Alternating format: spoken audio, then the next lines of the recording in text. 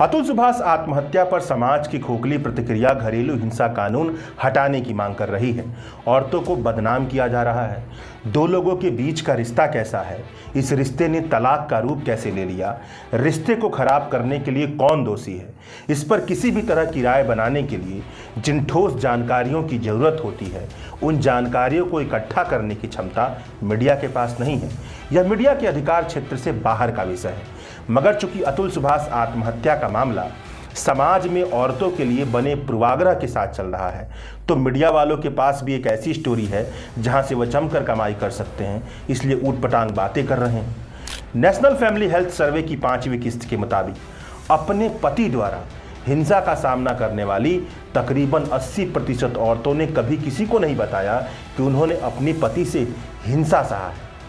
यह बात सही है कि घरेलू हिंसा कानून का इस्तेमाल कर फर्जी केस दायर किए जाते हैं, मगर औरतों को न्याय तक पहुंचाने में जितनी सहूलियत घरेलू हिंसा कानून की वजह से मिली है, उसके मुकाबले घरेलू हिंसा कानून का दुरुपयोग बहुत ही ज़्यादा कम हुआ है।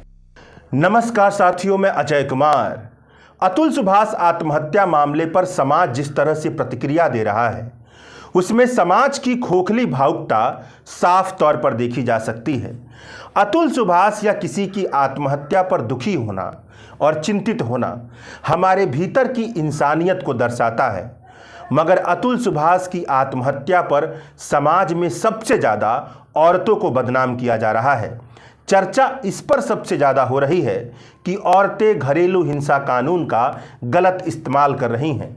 इस कानून को खारिज कर देना चाहिए। यह बात तो समझी जा सकती है कि समाज गहरे पूर्वाग्रह के आधार पर अपनी राय बनाता है, मगर सुप्रीम कोर्ट की एक जज ने यह टिप्पणी कर दी कि घरेलू हिंसा कानून का गलत इस्तेमाल हो रहा है। मतलब समाज तो समाज है, सुप्रीम कोर्ट के जज ने भी यहाँ पर गलत टिप्पणी की है, जबकि हकीकत बहुत अलग है। सच्चाई की तस्वीर बहुत ही ज़्यादा अलग है। सच्चाई देखने के लिए जो समग्र दृष्टि चाहिए, उसके आधार पर देखें तो सच्चाई बिल्कुल अलग नज़र आती है। सबसे पहले अतुल सुभाष आत्महत्या का मामला बहुत ही संक्षिप्त तरीके से समझ लेते हैं।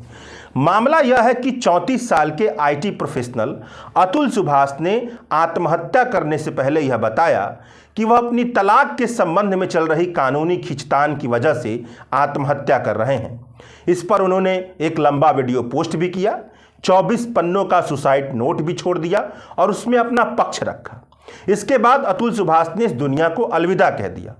अतुल सुभाष के मुताबिक वह अपनी पत्नी के परिवार वालों के सदस्य और न्याय व्यवस्था से परेशान होकर के आत्महत्या करने के लिए मजबूर हुए हैं। अतुल सुभाष के ऊपर डोमेस्टिक वायलेंस के आरोप से लेकर के मर्डर करने के आरोप सहित कुल 9 मामले चल रहे हैं। इन सब कानूनी पचड़ों में अतुल सुभाष को परेशान किया जा रहा है। यह अतुल सुभाष का कहना है, उनका एक पक्ष है जो उन्होंने सुसाइड से पहले बताया है। पत्नी भरण पोषण के लिए 3 करोड़ की मांग कर रही है। जज भी उन्हें परेशान कर रही हैं।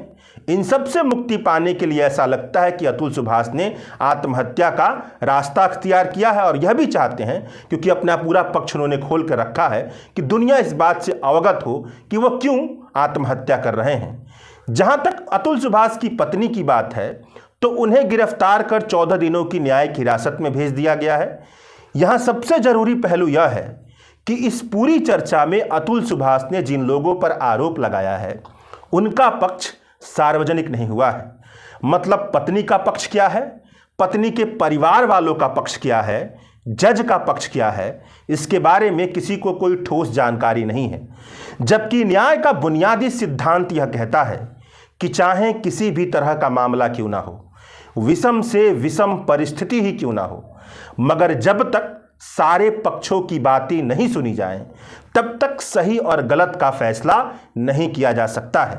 आत्महत्या के पहले जो बातें आत्महत्या करने वाला कहता है, वह ठोस सबूत तो होता है, लेकिन इसका मतलब यह नहीं कि जिसके खिलाफ वह आरोप लगा रहा है वह दोषी बन जाए। दोषी का फैसला तब तक नहीं किया जा सकता जब तक सारे पक्षों को ना सुना जाए। संभव है कि अतुल सुभाष ने आत्महत्या के पहले जो कहा है वह बातें सही हैं, मगर यह केवल संभावना है। यह सच है या झूठ इसका तभी पता चलेगा जब सारे पक्षों को सही प्रक्रियाओं के मुताबिक जांचा और परखा जाएगा, और जांचने परखने के लिए ही अदालतें बनी हुई हैं, तभी किसी निर्णय पर पहुंचा जा सकता है। यहां पर एक और बात करने वाली है कि यह दो पक्षों का विवाद है, ऐसे पक्षों का जिसमें पति और पत्नी के आपसी रिश्ते शामिल हैं। यह उसका विवाद है, मतलब इसमें कोई स्टेट नहीं शामिल है कि किसी पर प्रताड़ना किया जा रहा है। पति और पत्नी घर परिवार का विवाद है। इस तरह के विवाद में सच और सही का पता लगाने का कोई भी औजार, कोई भी मेथड मीडिया के पास नहीं मौजूद है या किसी के पास नहीं मौजूद है। मीडिया के पास वह क्षमता ही नहीं है कि वह पता लगा पाए कि दो लोगों के बीच में प्रेम, तनाव और दोस्ती क्यों है।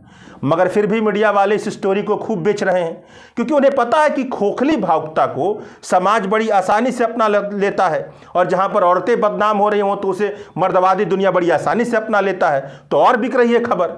समाज खोखली भावुकता को अपना रहा है और मीडिया वाले पल पल की खबरें बेच रहे हैं। सच और गलत का पता तभी लग पाएगा जब सभी पक्ष अपनी बात ईमानदारी से रखें, सभी पक्षों की बातों को जायज सबूतों के आधार पर परखा जाए।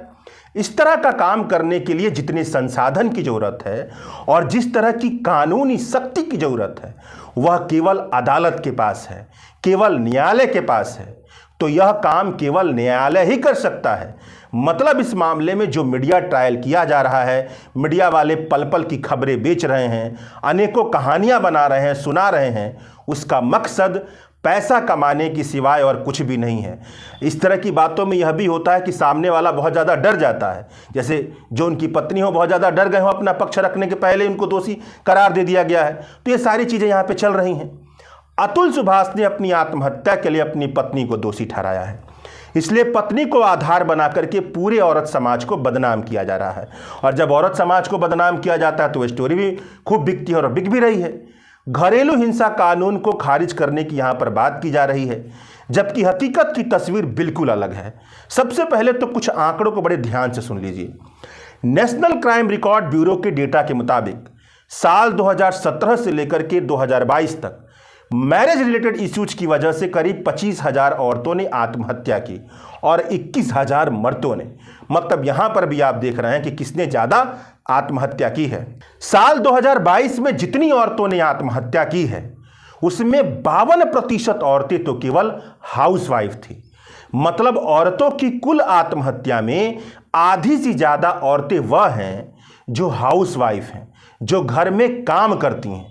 साल 2024 के यूनाइटेड नेशंस की रिपोर्ट के मुताबिक पूरी दुनिया में तकरीबन 60% औरतों की हत्या या तो घर में हुई थी या परिवार के किसी सदस्य ने की थी। मतलब औरतें घर और परिवार में भी सुरक्षित नहीं हैं। साल 2022 की नेशनल क्राइम रिकॉर्ड ब्यूरो के डेटा के मुताबिक दहेज भारत में हत्या का 6ठा सबसे बड़ा कारण था। नेशनल फैमिली हेल्थ सर्वे की 5वीं किस्त के मुताबिक 18 से 49 साल की तकरीबन 32% विवाहित औरतों ने अपने पति से डोमेस्टिक वायलेंस का सामना किया है। और जितनी भी कैटेगरी डोमेस्टिक वायलेंस की होती है, इमोशनल से लेकर के फिजिकल तक, एनसीआरबी के आंकड़ों से पता चलता है कि आईपीसी की धारा 498 जो घरेलू हिंसा कानून से जुड़ी हुई है, इस कानून के तहत दर्ज होने वाले मामलों में साल 2017 से लेकर 2022 तक 33% की बढ़ोतरी हुई है। और जो डाउरी प्रोहिबिशन एक्ट 1961 के तहत दर्ज होने वाले मामले हैं उनमें 2017 से लेकर के 2022 तक 32% की बढ़ोतरी हुई है। यह आंकड़े यह तो नहीं बताते हैं कि भाई घरेलू हिंसा खत्म हो गया, दहेज प्रथा खत्म हुआ। यह दोनों धड़ल्ले से चल रहे हैं। इसका मतलब यह बनता है कि यहाँ सारे केस फर्जी नहीं हैं, इसमें कुछ ही फर्जी हो सकते हैं, बाकी तो न्याय के लिए किए गए केस हैं। मतलब वही बात है जो पैटर्न दिखता है कि डोमेस्टिक वायलेंस और दहेज की वजह से प्रताड़ना बढ़ रही है। यह आंकड़े केवल टिप ऑफ द आइसबर्ग हैं, क्योंकि घरेलू हिंसा के कई मामले तो दर्ज ही नहीं किए जाते। नेशनल फैमिली हेल्थ सर्वे की 5वीं किस्त के मुताबिक अपनी पति द्वारा हिंसा का सामना करने वाली तकरीबन 80% औरतों ने कभी किसी को नहीं बताया। तकरीबन 11% औरतों ने किसी सोर्स से मदद मांगी।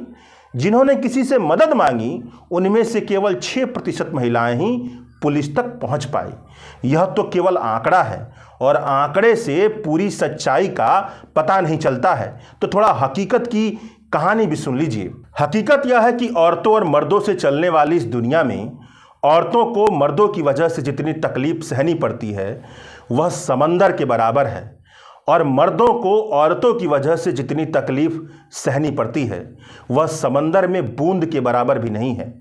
सड़क से लेकर के चौक चौराहे तक और स्कूल, कॉलेज, दफ्तर, हॉस्पिटल, संसद, किसी भी सार्वजनिक जगह के बारे में सोच करके एक बार दिमाग में देखिए, वहां पर मर्दों के मुकाबले औरतों की मौजूदगी बहुत कम दिखाई देगी। और औरतों को वहां पर कितना अधिकार समाज देता है, उनको कितनी ताकत मिली होती है, वह भी सोचकर देखिए तो आपको कुछ भी नहीं दिखाई देगा। लगेगा कि वह केवल वैसे ही बैठा दी गई हैं।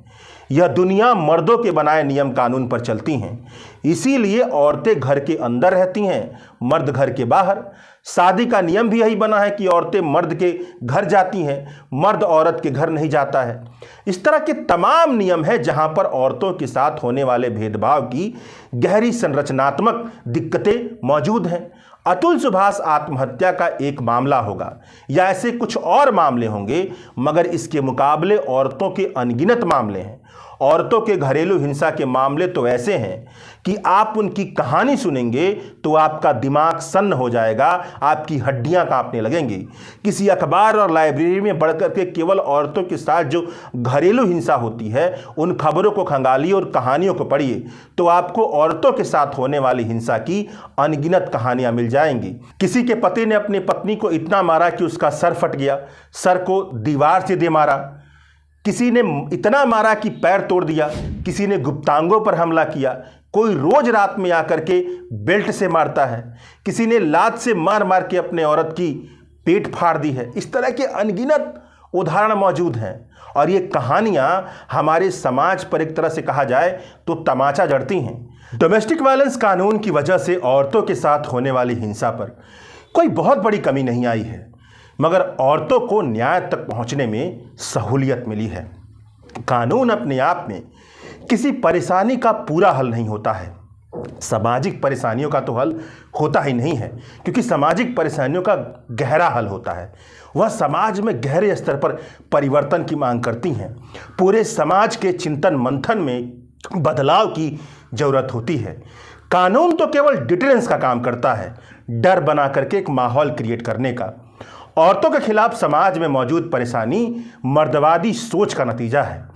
मर्दवादी सोच से पनपती हिंसा से लड़ने के लिए कई औरतें हिम्मत नहीं जुटा पाती हैं, लगातार हिंसा का शिकार होती हैं, मगर चुप रहती हैं, क्योंकि उनके भीतर इस बात का डर होता है कि अगर उनका मर्द उन्हें नहीं स्वीकार करेगा तो उनके घर वाले भी उन्हें नहीं स्वीकार करेंगे। इसलिए चुपचाप बहुत लंबे समय तक वह घुटन सहती रहती हैं।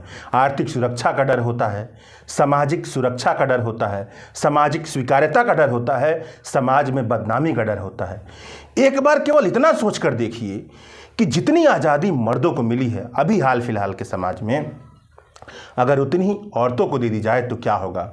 तुरंत अभी इसी वक्त भारत की अनगिनत शादियां टूट जाएंगी। बस सोच कर देखिएगा।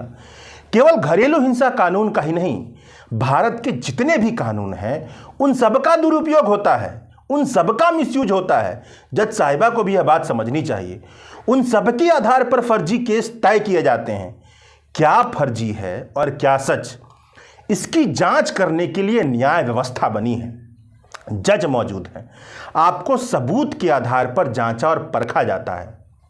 मतलब घरेलू हिंसा कानून का दुरुपयोग होता है या किसी भी कानून का दुरुपयोग होता है, केवल यही किसी कानून को खारिज करने देने का ठोस आधार नहीं बन सकता है।